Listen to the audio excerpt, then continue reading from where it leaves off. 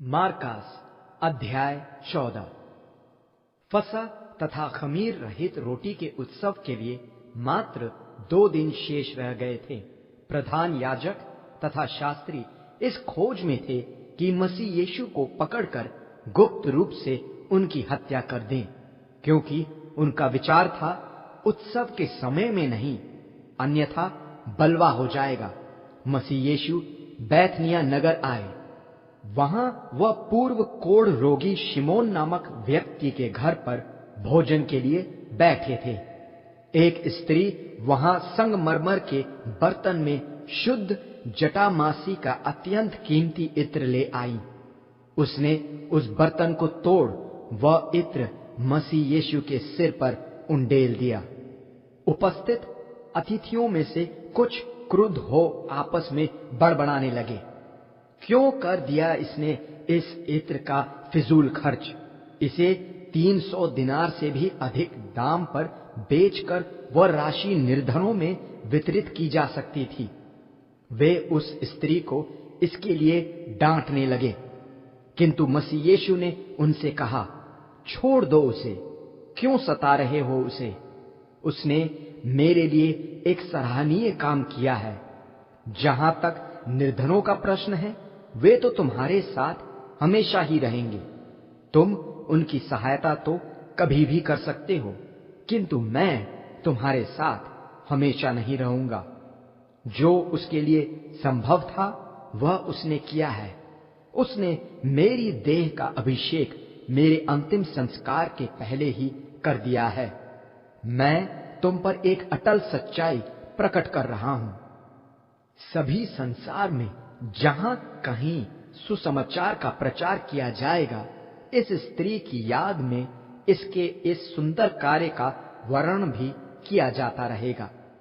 तब कार्योतवासी यहूदा ने, जो 12 शिष्यों में से एक था, मसीह यीशु को पकड़वाने के उद्देश्य से प्रधान पुरोहितों से भेंट की।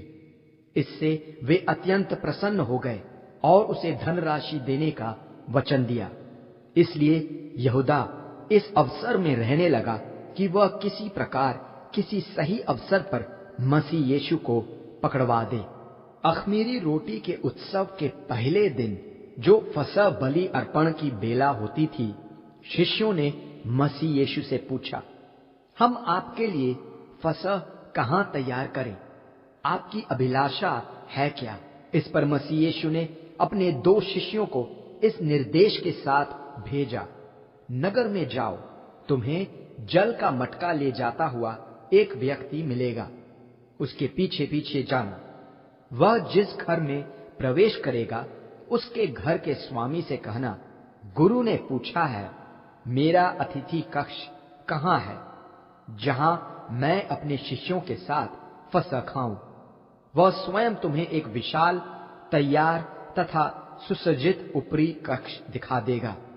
हमारे लिए वहीं तैयारी करना। शिष्य चले गए। जब वे नगर पहुंचे, उन्होंने ठीक वैसा ही पाया जैसा प्रभु ने उनसे कहा था, और वहां उन्होंने फसह तैयार किया।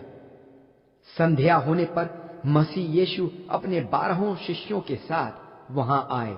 जब वह भोजन पर बैठे हुए थे, मसीह यीशु ने उनसे कहा, मैं तुम पर एक अटल सत्य प्रकट कर रहा हूं। तुम में से एक जो मेरे साथ भोजन कर रहा है, मेरे साथ धोखा करेगा। अत्यंत दुखी हो वे उनसे एक एक कर यह पूछने लगे, निसंदेह वह मैं तो नहीं हूं?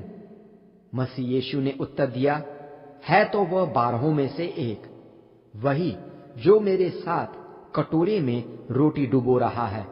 मनुष्य के पुत्र को तो जैसा कि उसके विषय में पवित्र शास्त्र में लिखा है, जाना ही है, किंतु धिक्कार है उस व्यक्ति पर जो मनुष्य के पुत्र के साथ धोखा करेगा। उस व्यक्ति के लिए सही तो यही होता कि उसका जन्म ही न होता। भोजन के लिए बैठे हुए मसीह यीशु ने रोटी लेकर उसके लिए आभार धन्यवाद करते हुए उसे तोड़ा और उनमें बांटते हुए कहा, लो, यह मेरा शरीर है। इसके बाद मसीह यीशु ने प्याला उठाया, उसके लिए धन्यवाद दिया, शिष्यों को दिया और सब ने उसमें से पिया। मसीह यीशु ने उनसे कहा, यह वायदे का मेरा लहू है जो अनेकों के लिए उंडेला गया है। मैं तुम पर एक अटल सच्चाई प्रकट कर रहा हूं। दाख के इस रस को मैं अब से उस समय तक नहीं पीऊंगा जब तक मैं अपने पिता के राज्य में तुम्हारे साथ नया रस न पीऊं। एक भक्ति गीत गाने के बाद वे जैतून पर्वत पर चले गए। उनसे मसीह यीशु ने कहा, तुम सभी मेरा साथ छोड़कर चले जाओगे, जैसा कि इस संबंध में पवित्र शास्त्र का लेख है। मैं चरवाहे का संहार करूंगा और झुंड की सभी भेड़ें तितर-बितर हो जाएंगी, किंतु मरे हुओं में से जीवित होने के बाद मैं तुमसे पहले गलील प्रदेश पहुंच जाऊंगा। पेत्रोस ने मसीह यीशु से कहा, सभी शिष्य आपका साथ छोड़कर जाएं तो जाएं, किंतु मैं आपका साथ कभी न छोड़ूंगा। मसीह यीशु ने उनसे कहा, मैं तुम पर एक अटल सत्य प्रकट कर रहा हूं, आज रात में ही, इससे पहले कि मुर्गा बांग दे, तुम मुझे 3 बार नकार चुके होंगे। किंतु पेत्रोस दृढ़ता पूर्वक कहते रहे, यदि मुझे आपके साथ मृत्यु को अपनाना भी पड़े तो भी मैं आपको नहीं नकारूंगा। अन्य सभी शिष्यों ने भी यही दोहराया। वे गेतसेमनी नामक स्थान पर आए।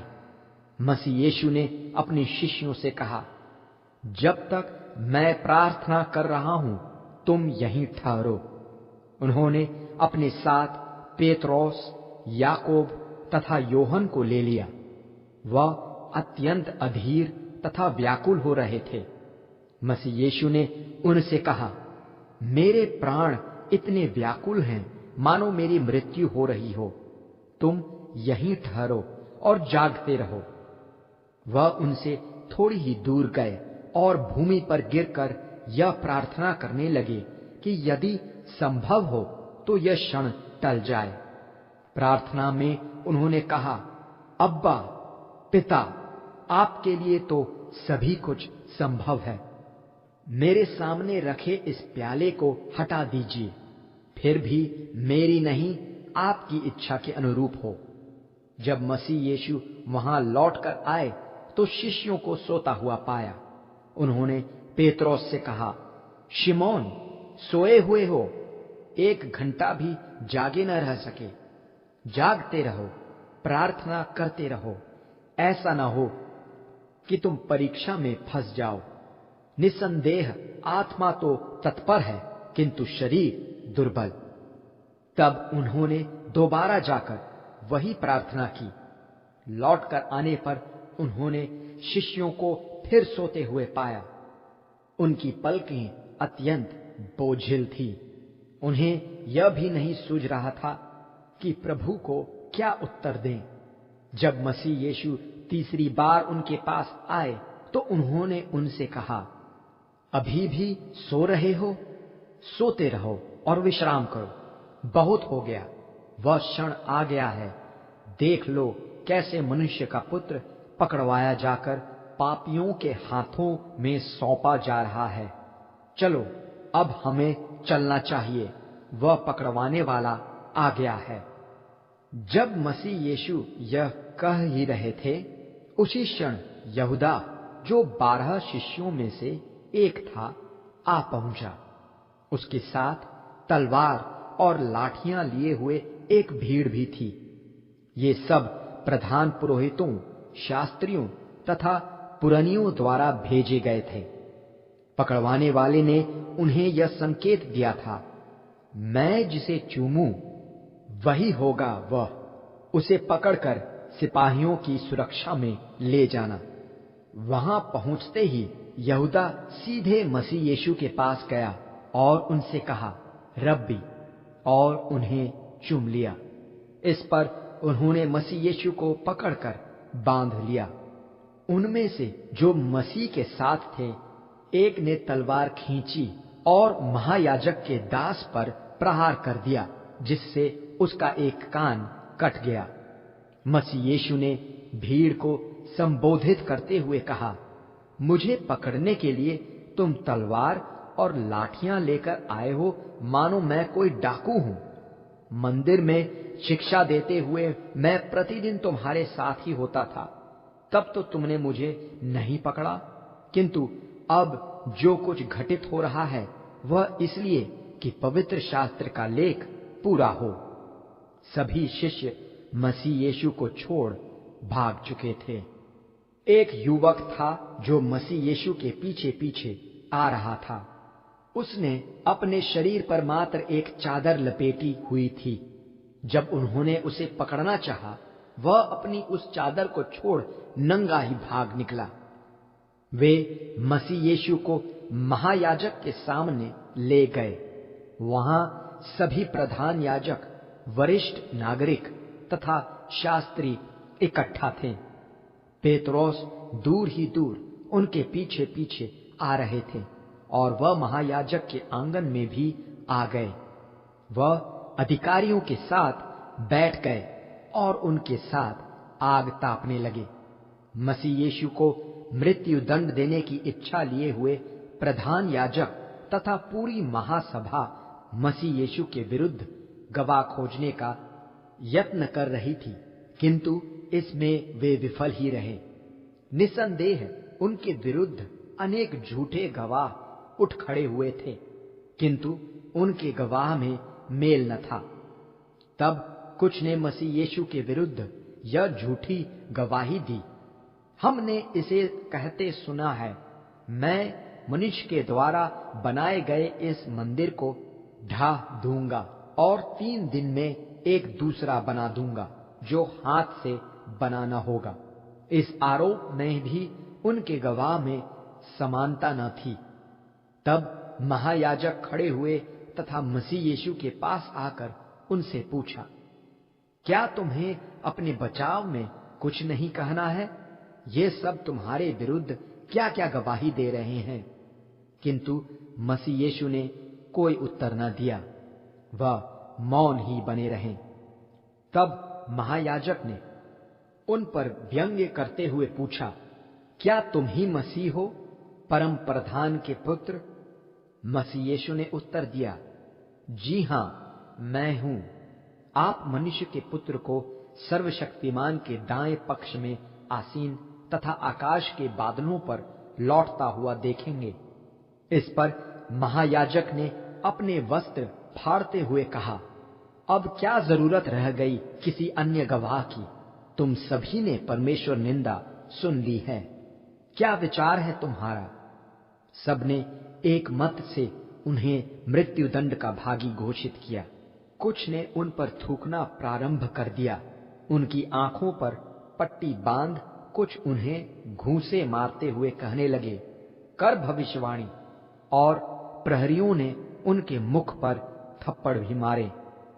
जब पेत्रोस नीचे आंगन में थे, महायाजक की एक सेविका वहां आई।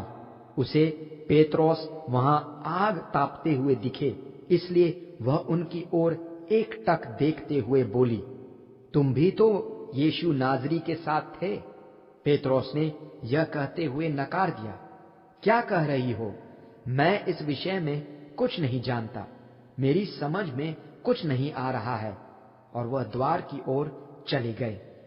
एक बार फिर जब उस दासी ने उन्हें देखा, तो आसपास उपस्थित लोगों से दोबारा कहने लगी, यह भी उन्हीं में से एक है। पेत्रोस ने दोबारा नकार दिया। कुछ समय बाद उनके पास खड़े लोग ही पेत्रोस से कहने लगे, इसमें तो कोई संदेह ही नहीं है कि तुम उनमें से एक हो, क्योंकि तुम भी गलीलवासी हो। किंतु पेत्रोस धिक्कार कर सौगंध खाते हुए कहने लगे, तुम जिस व्यक्ति के विषय में कह रहे हो, उसे तो मैं जानता ही नहीं। उसी क्षण मुर्गे ने दूसरी बार बांग दी। पेत्रोस को मसीह यीशु की वह पहले से कही हुई बात याद आई, इसके पहले कि मुर्ग 2 बार बांग दे, तुम 3 बार मुझे नकार चुके होंगे। पेत्रोस फूट फूट कर रोने लगे।